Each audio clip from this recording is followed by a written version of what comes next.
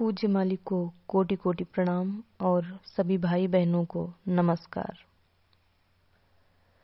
सहज मार्ग हार्टफुलनेस में हम सभी लोग स्वेच्छा से मिशन से जुड़े हैं। इसके लिए हमें किसी ने बाध्य नहीं किया है।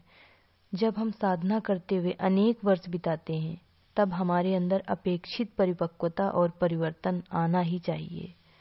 हर नया अभ्यासी हमसे कुछ उम्मीद करता है, सीखने की, जानने की और देखने की। तब हमारा खुद का आचरण, हमारा व्यवहार कैसा होना चाहिए? हमारी अपने मालिक, मिशन और साधना के प्रति कैसी जिम्मेदारी होनी चाहिए? ऐसी जिम्मेदारी होनी चाहिए कि जिसे देखकर उसे आगे बढ़ने की प्रेरणा मिले, एक सही मार्गदर्शन मिले, या जो गुरु को तथा साधना की नियमितता को पहली प्राथमिकता देकर टाल मटोल करने की स्थिति में न रहे।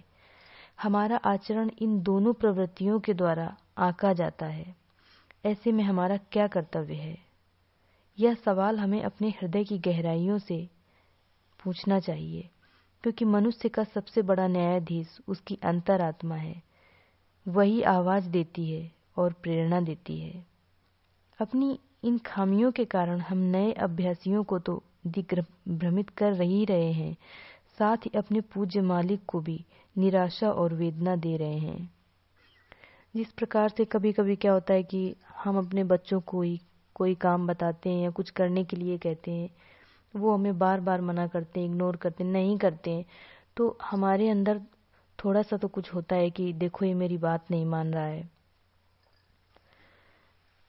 इसी तरह से जिस प्रकार से एक माँ की बातों को ना मानकर संतान उसकी बार बार अवहेलना करती है, तब उसे अपने मातृत्व पर ही, अपने कर्तव्य में ही कमियां लगने लगती हैं।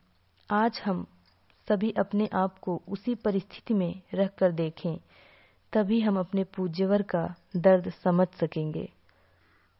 जब तक हम यह मानकर नहीं चलते कि एक अदृश्य शक्ति हमारे सारे क्रियाकलापों को देख रही है, तब तक हमारी सोच, हमारी वाणी, हमारा व्यवहार यह सोचकर निश्चित रहता है कि हम कुछ भी कहें, करें, सबको पता थोड़े ही होगा, और झूठ का सहारा लेकर के झट ही मुखौटा बदलने में कामयाब हो जाते हैं।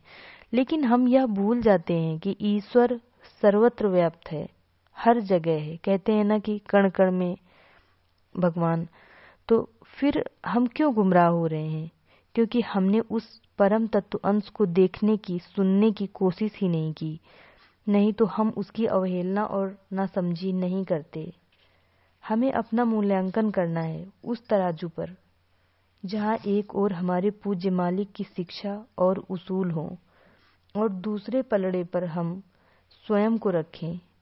तब तक पता चलेगा कि उन उसूलों के बराबर पहुंचने में हमें अपने अंदर से कितना कुछ निकालना है।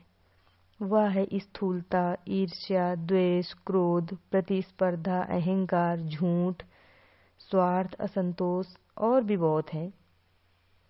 और पूर्ण नैतिकता से गुरु को अपना कहने से पहले परखें कि क्या तुम सच्चे शिष्य हो। और चारी जी ने कहा है, अपने मालिक को जितना चाहो परखो, परंतु परखने के बाद स्वयं को उनके साथ फौलाद के बंधनों से बांध लो। और सबसे उत्तम तरीका मालिक को माँ के रूप में देखना है, क्योंकि इस बंधन को कभी काटा नहीं जा सकता है। और माँ हमें हमेशा नैतिकता और सदाचार का पाठ सिखाती है। हमारे आदि गुरु पूज्य लाला जी महाराज जी ने हमेशा सदाचार और चरित्रवान होने पर अधिक जोर दिया है। उनके अनुसार हर अभ्यासी को शुरू से ही अपनी नैतिक दशा को सुधारने का प्रयास करना चाहिए। मैंने नैतिकता की उपेक्षा करके कभी भी आध्यात्म पर बल नहीं दिया है। आंतरिक संवेदनाओं को कोई शांत करने की कोशिश नहीं करता, चाहे कोई आदमी ध्रुव की अवस्था क्यों न प्राप्त कर ले। अगर वह नैतिक रूप से दुर्बल है तो मैं यही कहूँगा कि उसे असली रत्न नहीं मिला। पूर्ण सदाचार वह है जिसमें आदमी में मौजूद हर चीज साम्य अवस्था में आ जाए। अगर इसको भी नकार दिया जाए तो ऐसे आदमी की कोई बराबरी नहीं कर सकता। यह सचमुच बहुत कठिन है, परंतु इसका मतलब यह नहीं है कि उसे पाने का कोई हौसला ही न करे। प्राणाहुति से भी ऐसी ही दशा लाई जा सकती है। एक बार जब पूज्य चारी जी के समय में, जब मुझे यह पता चला कि अब इनके बाद मिशन का उत्तराधिकारी हमारे पूज्य दाजी जो हैं उन्हें बनाया जाना है, तब उस समय मेरा मन बहुत रोया कि हे मेरे मालिक, मैं आपके सिवाय किसी को कैसे अपनी आत्मा में जगह दे सकती हूँ, कैसे दे पाऊंगी। आप ही मेरे सर्वस्व हो। तभी मन में आया कि नहीं, तुम चिंता न करो, मैं ही उसमें भी समाया हूँ। और पूज्य दाजी ही आज सर्वज्ञ और सर्वव्यापी हैं। उनकी प्राणाहुति से जो हम महसूस कर पाते हैं उसे शब्दों में व्यक्त नहीं कर सकते हैं, बल्कि खुद महसूस कर सकते हैं। हे मेरे नाथ, बस ऐसी ही दया दृष्टि सब पर बनाए रखना।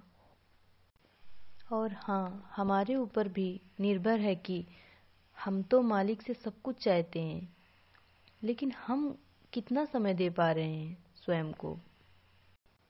हम उस दिव्यात्मा से जुड़े रहते हैं या फिर आज कल में ही सब टाल दे रहे हैं। ये हमारे ऊपर भी निर्भर है। धन्यवाद।